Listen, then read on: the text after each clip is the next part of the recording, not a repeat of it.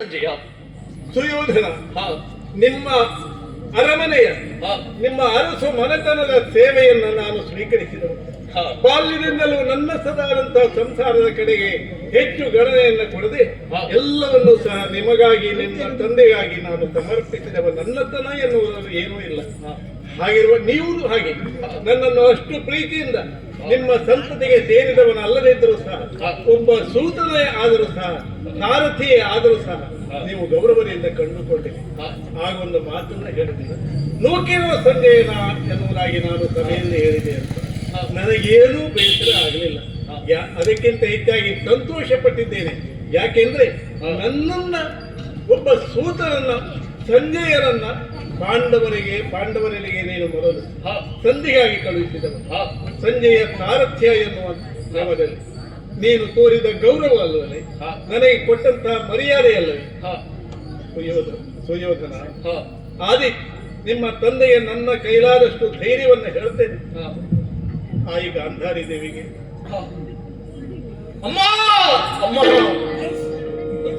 ಅಮ್ಮ, ಇಂದಿನ ಕಾಲದಲ್ಲಿ ಒಂದು ಮಕ್ಕಳನ್ನು ಹೆರುವುದೇ ಕಷ್ಟವಾಗಿರುವಾಗ 100 ಮಂದಿ ಮಕ್ಕಳನ್ನು ಹೆತ್ತಂತಹ ಪುಣ್ಯ ಗರ್ಭೆಯಲ್ಲವೇ ತಾಯಿ. ಆದರೆ ಆ 100 ಮಂದಿಯಲ್ಲಿ 99 ಮಂದಿಯನ್ನು ನೇರವಾಗಿ ಅಲ್ಲದಿದ್ದರೂ ಪರೋಕ್ಷವಾಗಿ ಕೊಂದಂತಹ ಪಾಪಿ ಮಗ ಈ ಸುಯೋಧನ. ಅಮ್ಮ, ನನ್ನನ್ನು ಕ್ಷಮಿಸಿಬಿಡು ತಾಯಿ. ಮುಂದಿನ ಜನ್ಮ ಒಂದು ಇದೆ ಅಂತಾದರೆ ಆ ಮುಂದಿನ ಜನ್ಮದಲ್ಲಿ ನಿನ್ನ ಹೊಟ್ಟೆಯಲ್ಲಿ ಹುಟ್ಟಿ ನಿನ್ನ ಋಣವನ್ನು ತೀರಿಸುತ್ತಾನೆ ಸುಯೋಧನ ಅಂತ ಹೇಳು ಸಂಜಯ. ಸರಿ, ತಾಯಿಯು ಸಮಾಧಾನವನ್ನು ಹೇಳುತ್ತದೆ. ನಿನ್ನ ಮಡದಿ ಭಾನುಮತಿಗೆ ನಾನು ಸಂದೇಹಿಸಿ. ಭಾನುಮತಿ ನನ್ನ ಪ್ರಿಯತಮೆ, ಪ್ರಿಯ ಮಡದಿ, ಕೇಳಿದ್ದೇನೆ ಸಂಜಯ. ತನ್ನ ಕರುಳು ಬಳ್ಳಿಗಳೆಲ್ಲ ಚಿತ್ರವಾಗಿ ಹೋದರು ತನ್ನ ಮಾಂಗಲ್ಯ ಭಾಗ್ಯಕ್ಕಾಗಿ ಅನುದಿನ ದೇವರಲ್ಲಿ ಬೇಡುತ್ತಿರುವಂತಹ ಸಾಧ್ವಿ ನನ್ನ ಮಡದಿ ಭಾನುಮತಿ. ಅವಳಿಗೆ ಹೋಗಿ ಹೇಳು ಸಂಜಯ, ಇಂದು ಕಳೆದು ನಾಳೆ ಮಾಡುವಂತಹ ಯುದ್ಧದಲ್ಲಿ, ಪಾಂಡವರಲ್ಲಿ ಮಾಡುವಂತಹ ಯುದ್ಧದಲ್ಲಿ ಪಾಂಡವರ ತಲೆಯನ್ನು ಕಡಿದು ಪುನಃ ಬರುತ್ತೇನೆ ನನ್ನ ನಿರೀಕ್ಷೆಯಲ್ಲಿ ಇರಲಿಕ್ಕೆ ಹೇಳು ಸಂಜಯ.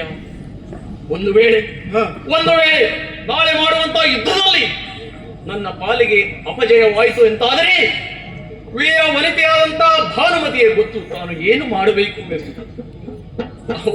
ಆದ್ದರಿಂದ ಅವಳಿಗೆ ಧೈರ್ಯವನ್ನು ತುಂಬು ಸಂಜಯ. ಸಂಜಯ, ನಾವು ಯಾವಾಗಲೂ ನಾಳಿನ ಬಗ್ಗೆ ಹತಾಶರಾಗಬಾರದು.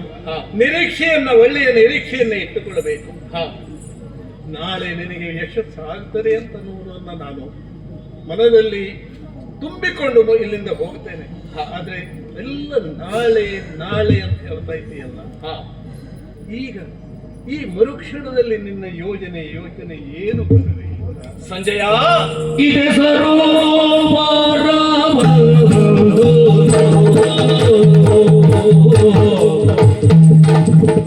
ಇದೆ ಇಲ್ಲಿಗೆ ಸಮೀಪದಲೇ, ಇಲ್ಲಿಗೆ ಸಮೀಪದಲೇ ಹುದುಗಿರುವೆ ಮೈಯ, ಹುದುಗಿರುವೆ ಮೈಯ, ಹುದುಗಿರುವೆ ಮೈಯ ನಾನು.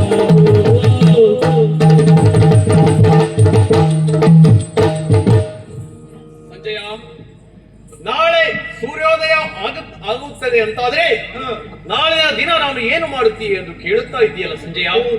ಸಂಜಯ, ಅದನ್ನು ಕೂಡ ತೀರ್ಮಾನಿಸಿದ್ದೇನೆ. ಇದೋ ಅನತಿ ದೂರದಲ್ಲಿ ಕಾಣುತ್ತಿರುವಂತಹ ಸರೋವರ, ದ್ವೈಶಂಪಾಯನ ಸರೋವರ. ನಾನು ಇಲ್ಲಿ ಬರುವುದಕ್ಕೆ ಮುನ್ನ ನನ್ನ ಪಿತಾಮಹರಾದಂತಹ ಭೀಷ್ಮರನ್ನು ಹೋಗಿ ನನ್ನ ಅಳಲನ್ನು ತೋಡಿಕೊಂಡೆ. ಭೀಷ್ಮಾಚಾರ್ಯರು ನನಗೆ